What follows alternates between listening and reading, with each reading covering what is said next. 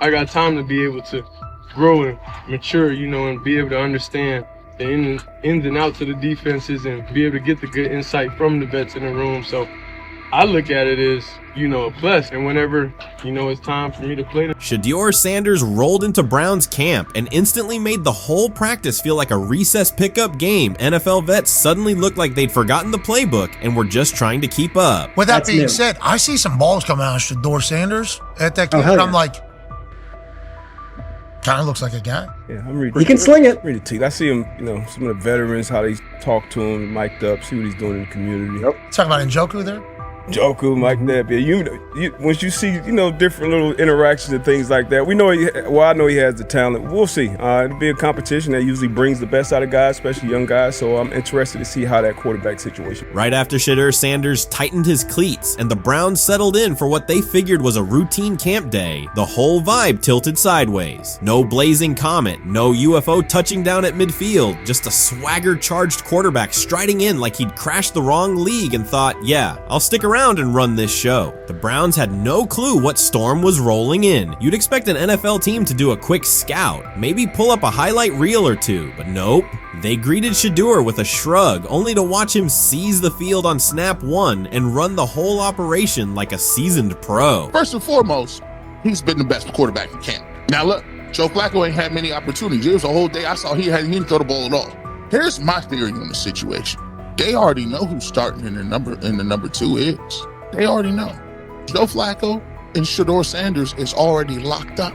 You're missing the boat, people. You're missing the boat.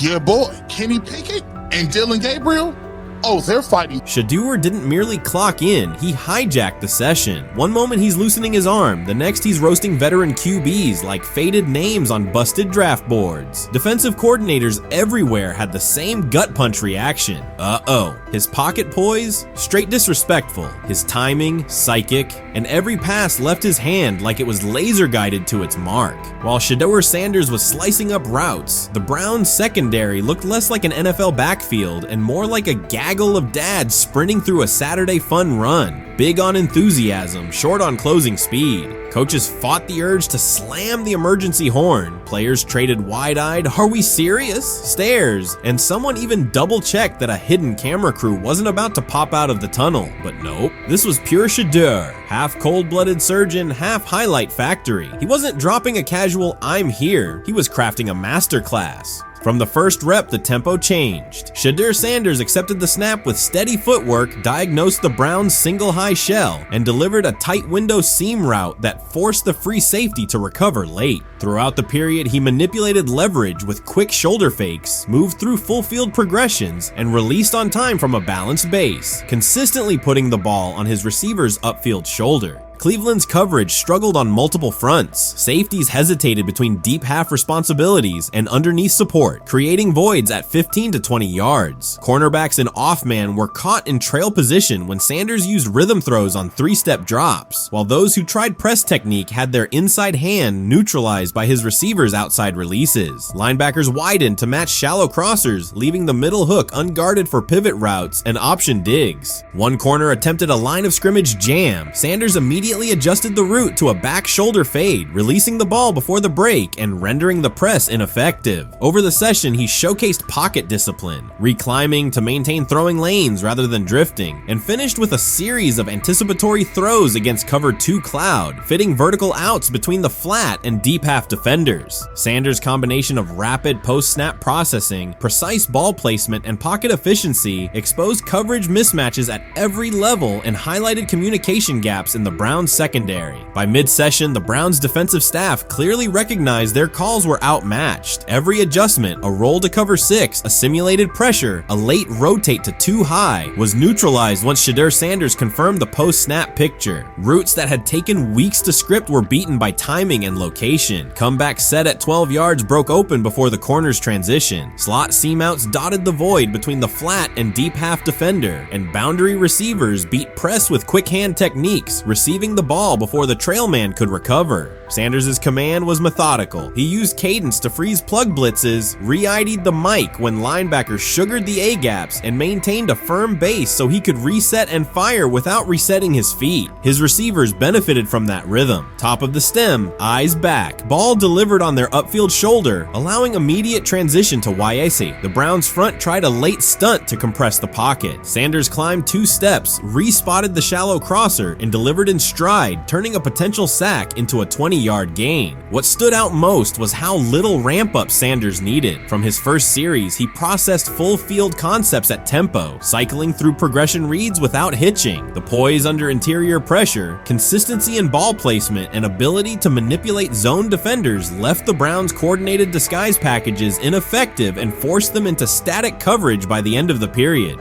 In short, Sanders' efficient mechanics, rapid processing, and anticipatory accuracy rendered Cleveland's defensive game plan ineffective at every level, from pre-snap disguise to post-snap spacing. Imagine there's many people that think Dylan Gabriel's a better quarterback than Shedeur Sanders. I don't care where they were drafted. And if the Browns are the one team that thinks that, then I'm going to suspect it's not true. They don't know what listen, they're doing. I've been on every quarterback evaluation for 30 years. Right. I never root against anybody. Yeah. But I'd be surprised if Dylan Gabriel's ever a legitimate starting quarterback for the Cleveland Browns. I'd be surprised. I just don't think.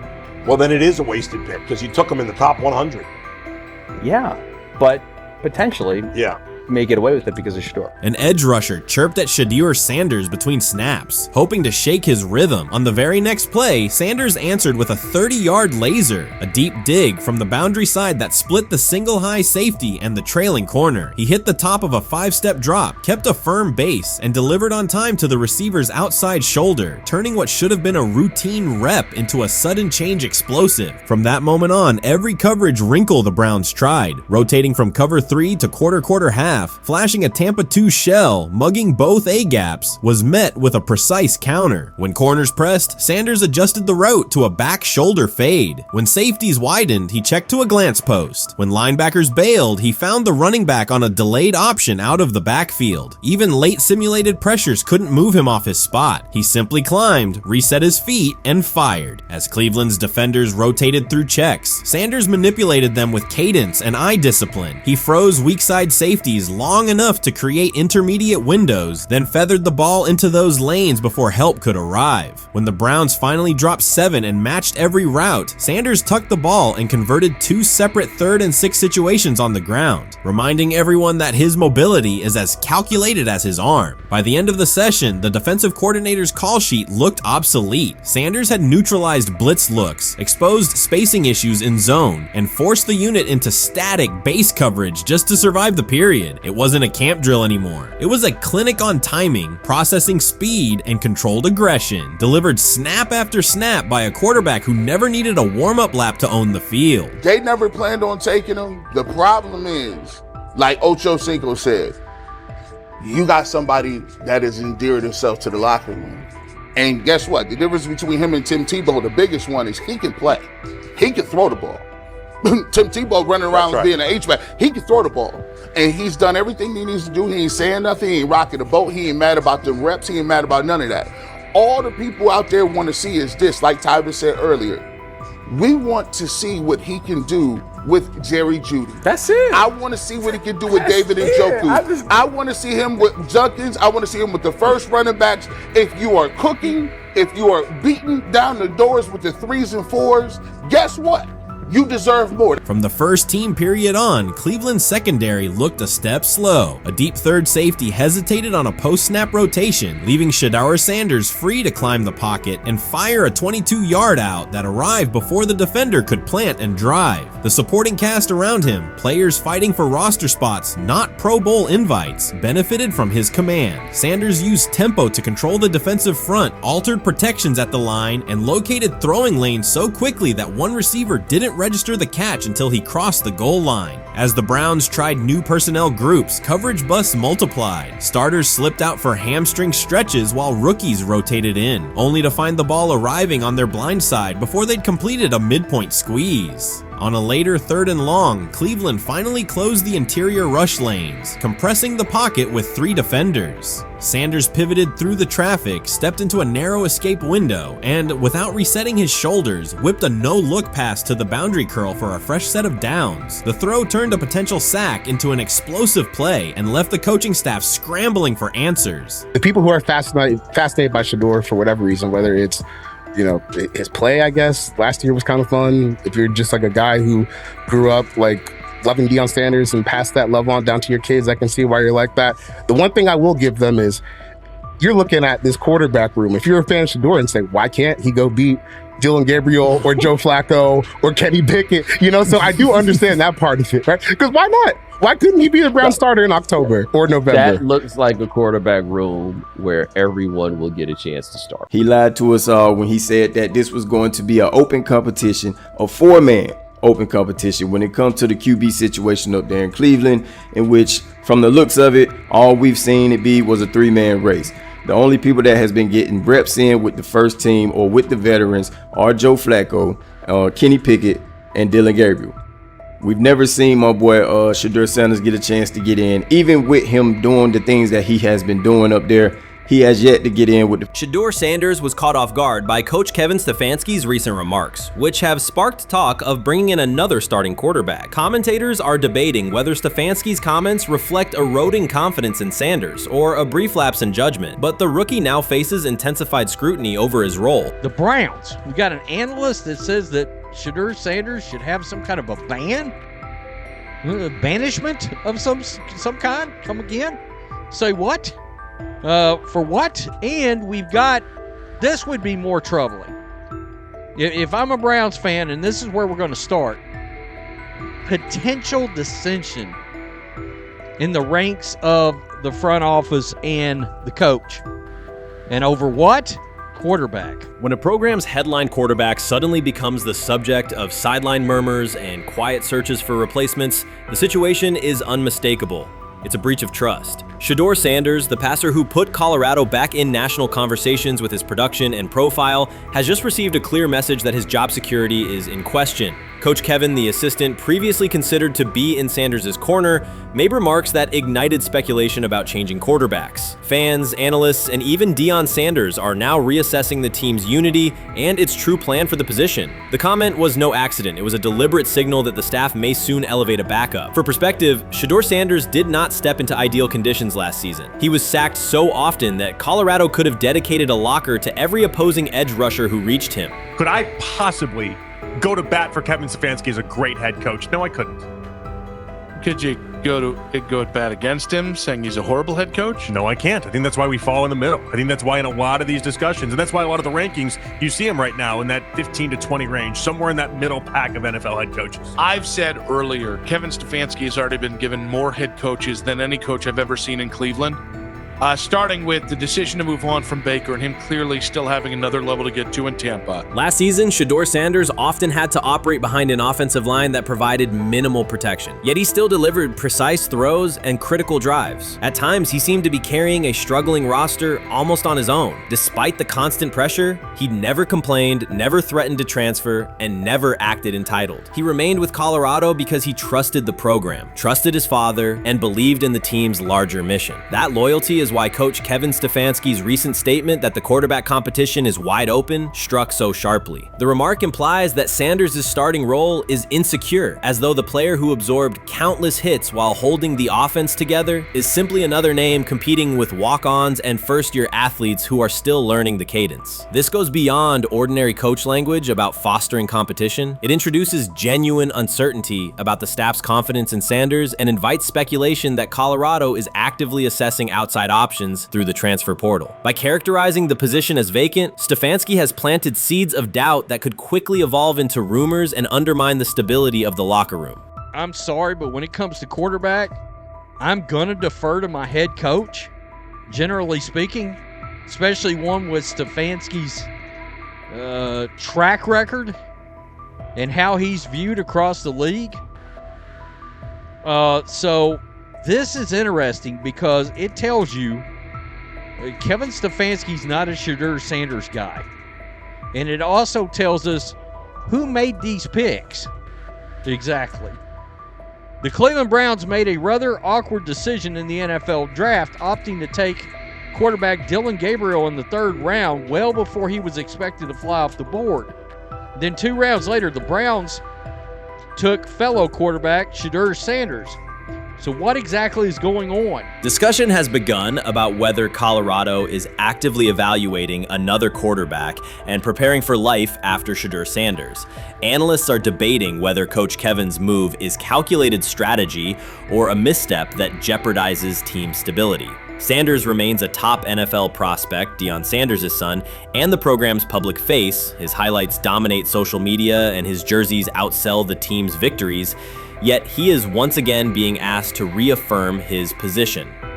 The issue is more than routine roster management. It intersects with the family dynamics that shape the program. By portraying the quarterback job as open, Coach Kevin signals to both Shedeur and Deion that the staff is willing to move on despite Sanders' stature. For Shedeur, sitting through film sessions while hearing talk of potential replacements adds an unwelcome layer of uncertainty to an otherwise proven resume. The decision may reflect a desire for a quarterback with a different profile, perhaps someone more mobile and system-oriented, rather than a dismissal of Sanders' accomplishments. It's exactly what he says. I'm told the footage of Shedeur Sanders meeting with the Giants is so bad that both the Browns and the Sanders family have threatened legal action if it is published. The New York Giants have released audio from their draft interview with Shedeur Sanders, and the disclosure has drawn intense public reaction. Fans want to know whether Sanders made critical remarks and why the Giants shared material that should have remained confidential. The situation revolves around an open microphone, contentious comments, and the broader implications of the leak. The New York Giants published a brief, edited segment from their interview with Shedeur Sanders and withheld the remaining footage. Observers are debating whether this was a strategic public relations decision or an attempt to discredit him. The team has offered no additional explanation, and many fans view the limited release as inadequate and potentially misleading. They are demanding full transparency and accusing the organization of orchestrating a negative narrative. While criticism of Sanders is vocal, his supporters are responding with equal intensity. There was another team that he sat down with. What do you mean it didn't go well after that? So, he was pissed that they did that to him. They did that to him. He counter-confronted the them. same thing they do to every other quarterback prospect. They did that to him. They slide in a mistake to see if you catch it. Right. And so because you're the quarterback. But he didn't take it as a correction. He took it as like he got pissed off. Yeah, and it's like so here's another one. So another one was, he throws a bad interception, and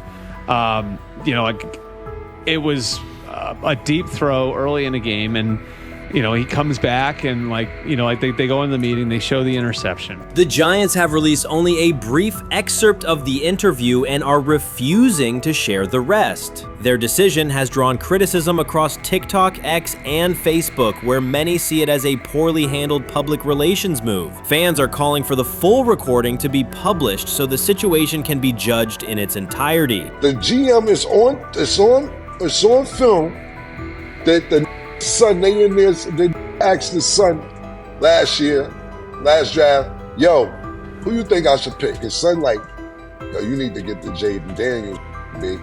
This is what his son, it's on tape. You should go Jaden Daniels. He laughing at his son. And all right, cool, get Jaden Daniels. I don't even know how that tape got out. I wouldn't have let the shit get out. Shedeur Sanders appears unfazed by the situation. Although the Giants suggested he was more hype than substance, their handling of the interview has instead elevated his visibility. Analysts across major sports outlets are now discussing him more than before, keeping his name prominent in the news cycle. New York Giants, where these tapes at? You hear me? Because if Shedeur Sanders was so unprofessional, y'all would have leaked the tapes for the whole world could see, right? Cause understand, it's a lot of he say, she say. But one thing I do know, as a young black man growing up in this world, being straightforward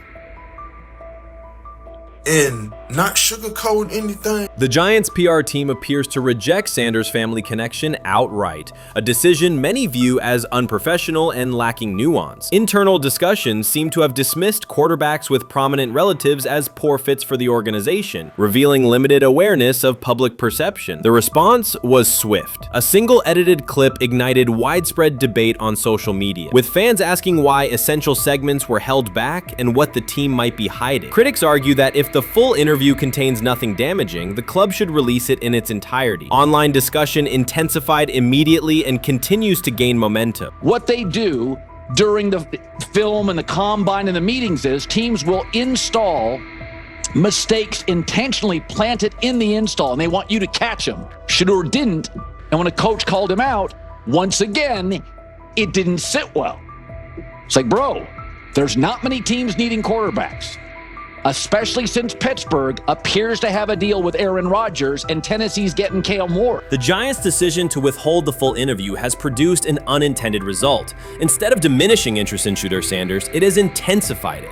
Media outlets and analysts are now examining every on-field rep, press comment, and public appearance as evidence of how he conducts himself under scrutiny. Each throw, adjustment, and answer is tracked and evaluated against league standards, reinforcing the view that he remains composed and professional. Many fans contend that the organization has misrepresented Sanders and suggest the issue may stem from the Giants' view of his father, Deion Sanders. They see the partial release as an attempt to raise doubts about his character by association. That perception has only made his profile more compelling. The discussion has shifted from whether he deserves a high draft position to how effectively he withstands sustained pressure. Sanders is now regarded not just as a talented prospect, but as a symbol of resilience, central to debates about transparency and organizational strategy. Even if the Giants eventually provide more context, the visibility they have created for him is unlikely to fade. The most fun yet the most difficult thing I cover and we cover all year long is not games, it's the NFL draft.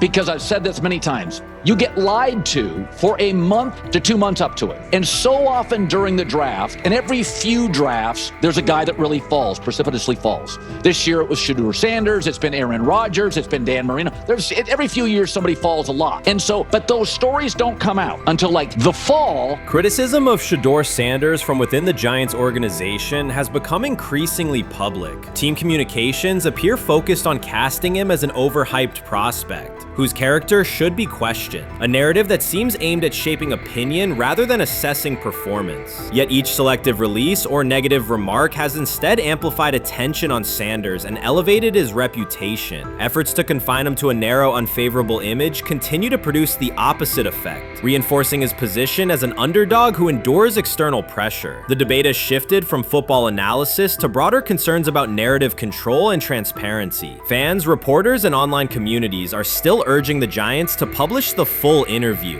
arguing that only complete context can resolve speculation. The organization's refusal to comply has intensified scrutiny and led many observers to conclude that the team underestimated public reaction and now faces questions it could have avoided with full disclosure. The tapes, the New York Giants have the tape. They definitely have the tape.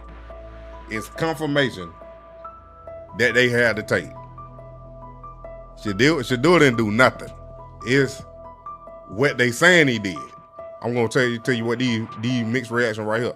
So we already know about the New York Giants, but the Pittsburgh Steelers head coach Mike Tomlin reported admired Sanders' talent, but hesitated to draft him due to previous challenges with quarterbacks like Russell Wilson and Justin Fields, leading to more cautious approach. Las Vegas Raiders. Sanders met with Raiders at the NFL scouting combine and expressed enthusiasm about potentially joining the team. His familiarity with the West Coast offense and quick release was noted positive, though concerns about his ceiling. Hours after the Giants posted that short audio clip, the timeline never slowed. Comment threads filled with frame-by-frame breakdowns, lip-read attempts, and side-by-side comparisons of what was said versus what was left out. Reporters called league contacts. No one could explain why a franchise would stir this level of curiosity only to seal the vault. Each refusal sharpened focus on Shedeur Sanders, turning routine throws into national talking points.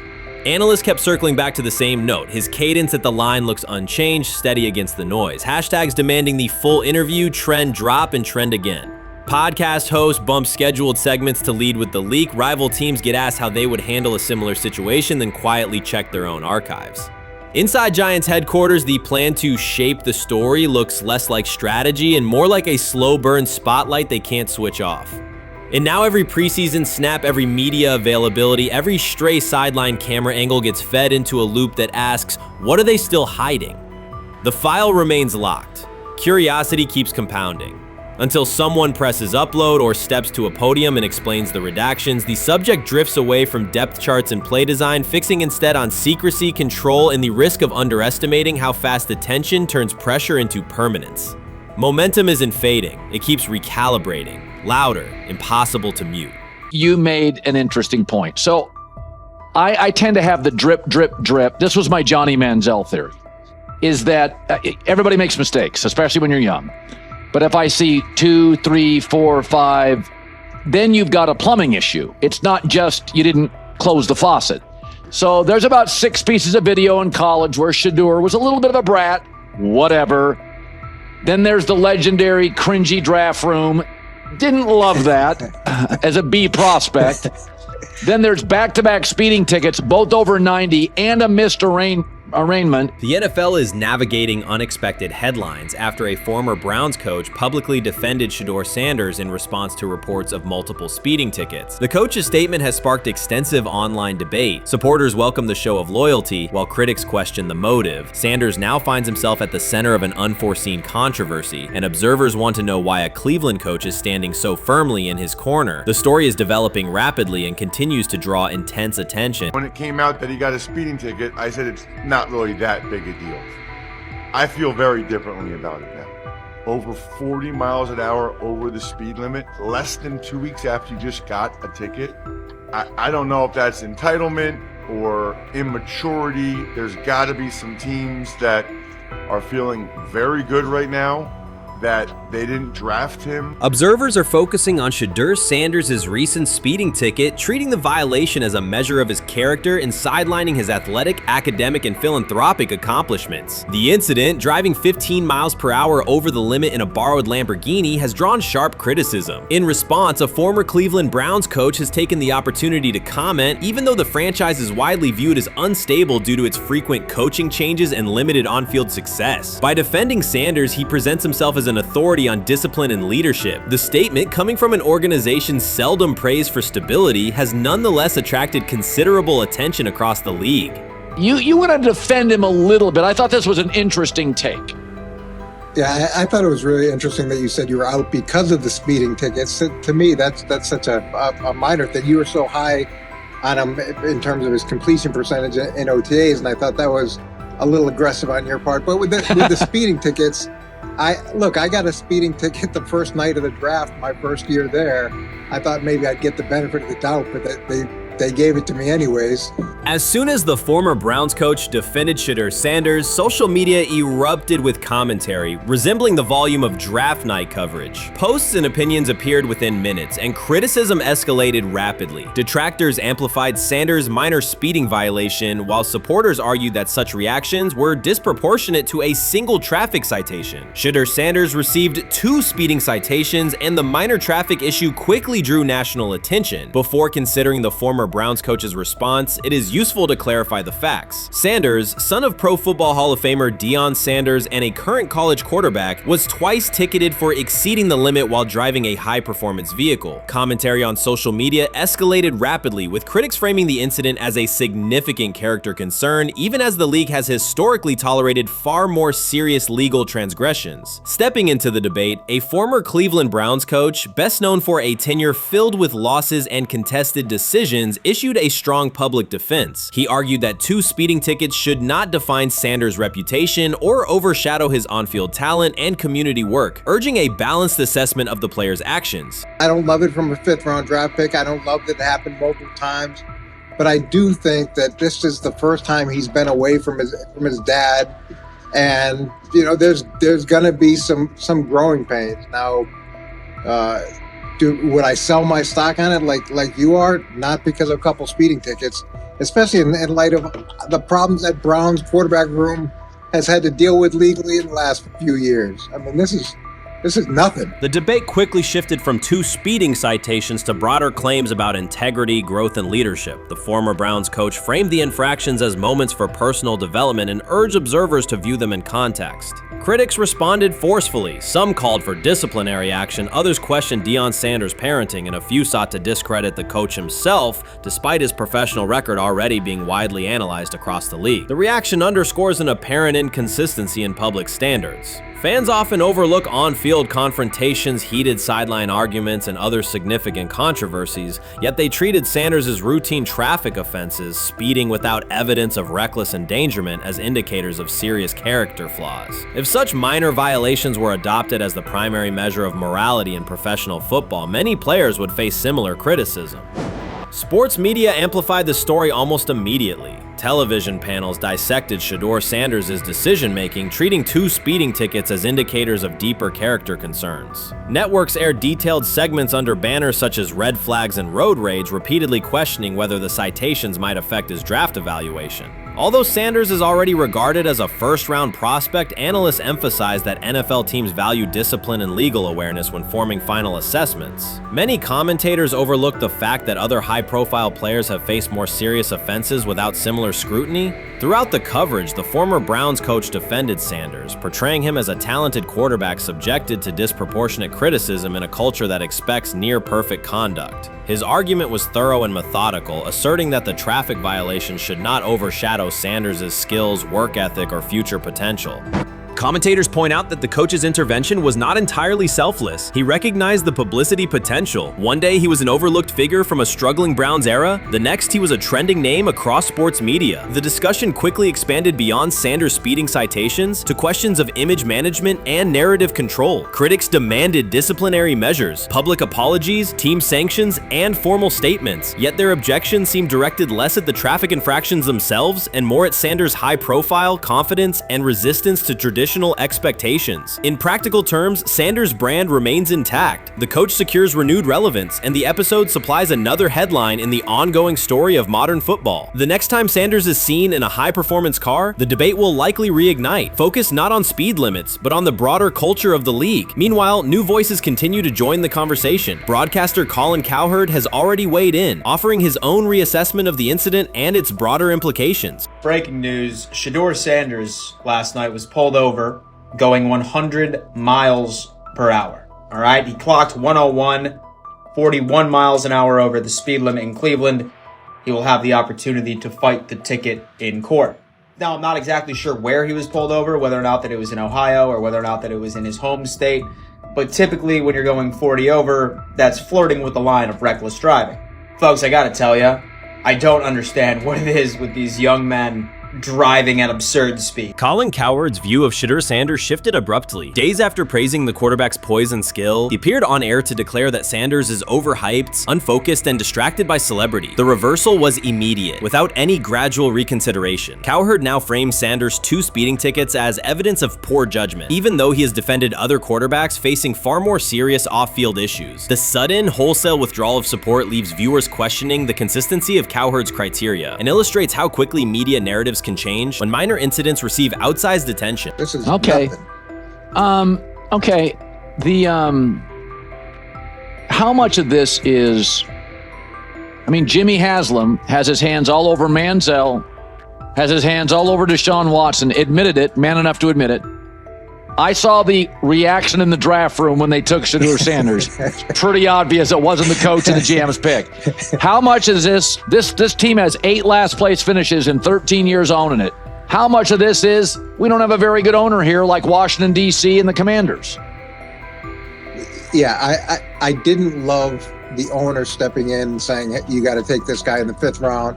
And I doubt they'll ever admit to it. While Colin Cowherd urged teams to move on from Shedeur Sanders, former Browns coach Eric Mangini offered a more measured response. Mangini, whose tenure in Cleveland was marked by mixed results, used his platform to provide context rather than condemnation. Instead of sensationalizing the speeding violations, he encouraged viewers to consider Sanders' circumstances. A 21-year-old quarterback whose life is scrutinized both on and off the field. Mangini acknowledged that the tickets were mistakes, but emphasized that they do not by themselves define Sanders' character character or future. He noted the extraordinary attention athletes receive today, combining the responsibilities of quarterback, public figure, and social media presence. Under such pressure, missteps are magnified, and criticism multiplies quickly. Mangini concluded that any evaluation of Sanders should weigh the totality of his behavior, performance, and growth, rather than isolate 2 traffic citations as decisive evidence of poor judgment.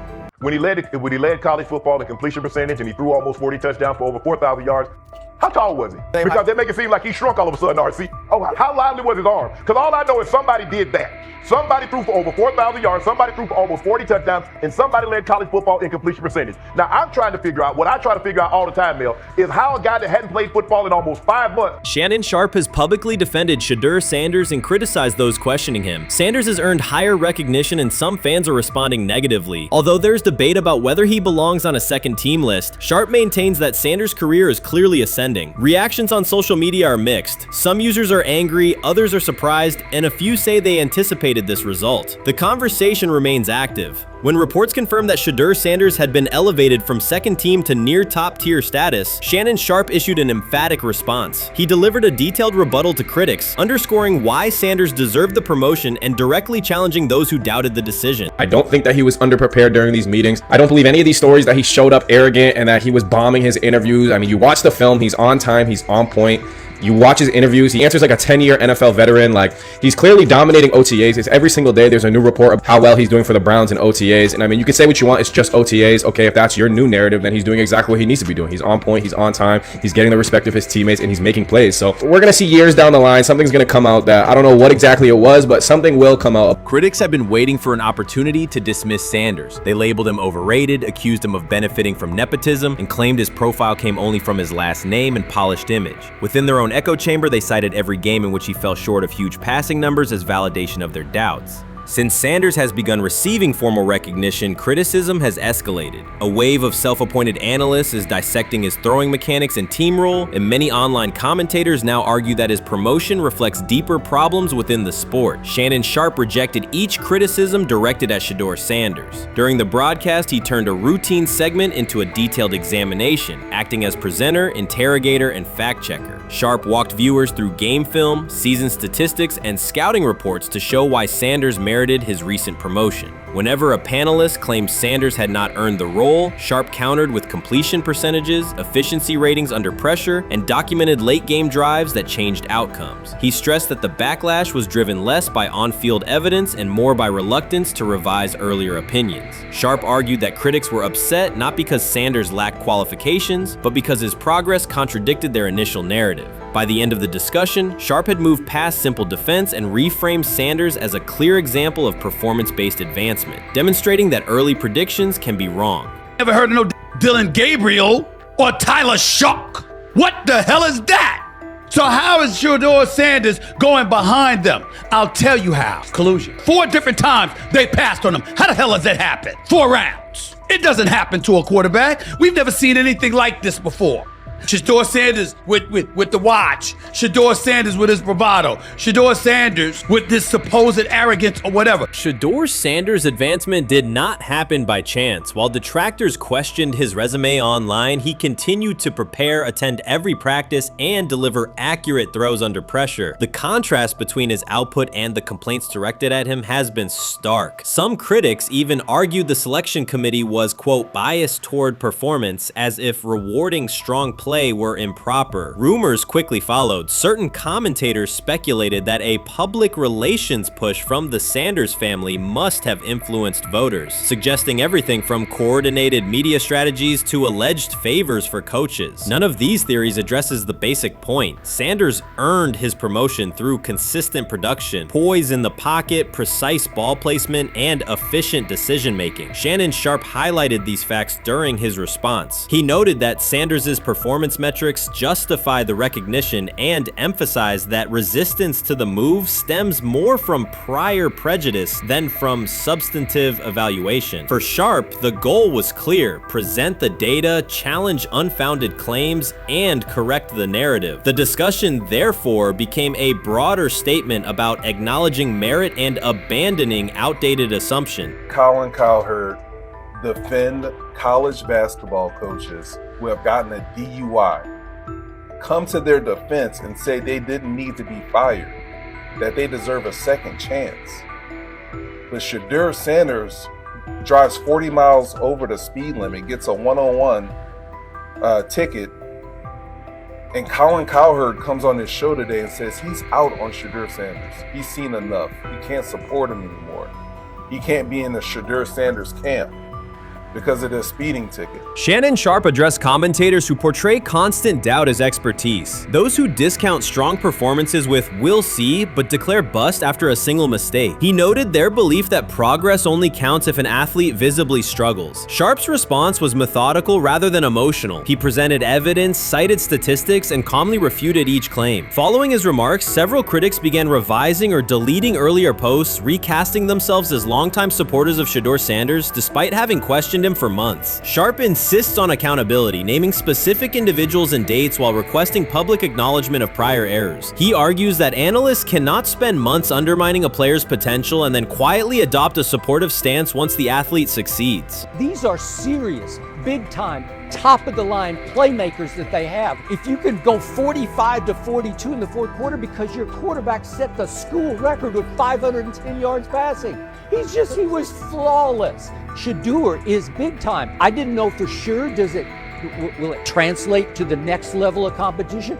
Yes, it might translate to the next level of competition as he can play. Critics who once claimed Shedeur Sanders was unprepared now hesitate to acknowledge their mistake. They resist retracting earlier comments and struggle to accept that an athlete can succeed without their approval. Sanders continues to share practice clips and game highlights without engaging the debate, while Shannon Sharpe documents every dismissive remark, ready to revisit them on national television. The disapproval did not slow Sanders. It underscored his progress and exposed the gap between perception and performance. As a result, the conversation has shifted. Analysts who doubted him now describe him as undervalued and publish detailed evaluations of his mechanics and game management, suggesting long-standing familiarity with his career. In a matter of weeks, critics have recast themselves as advocates, demonstrating how quickly opinion can change when consistent results leave little room for doubt. Shannon Sharpe signaled that his commentary is not over. He considers Sanders' advancement a positive outcome for every athlete who has been overlooked or criticized for having confidence. Sharpe stressed that analysts do not have the authority to determine who deserves recognition based on personal preference. The reaction to Sanders' promotion, he argued, revealed how quickly opinions can shift once results are undeniable. Sharpe pointed out that many vocal critics became quiet when confronted with objective performance data. This exchange, Sharpe insisted, reached beyond defending a single quarterback. It challenged the practice of dismissing achievements that do not fit familiar narratives. He reminded viewers that success does not require external approval and that consistent talent will surface despite online commentary intended to minimize it. While critics reconsider their positions, Sharpe remains steady, assigning credit to the athlete and allowing the scoreboard to confirm the argument. In his view, the statistics speak clearly enough. Sharpe also emphasized that the intensity of the backlash must be placed in context. College football is a volatile environment where unexpected outcomes are common. Therefore, declaring failure based on incomplete evidence only weakens the credibility of sports analysis. The discussion underscored the need for measured evaluation rather than reactive judgment. Dak Jackson and him and everybody else that we talked to have said that Shedeur looks good. He looks really good. He looks better. And we got Zach that say Dylan Gabriel ain't even an NFL quarterback.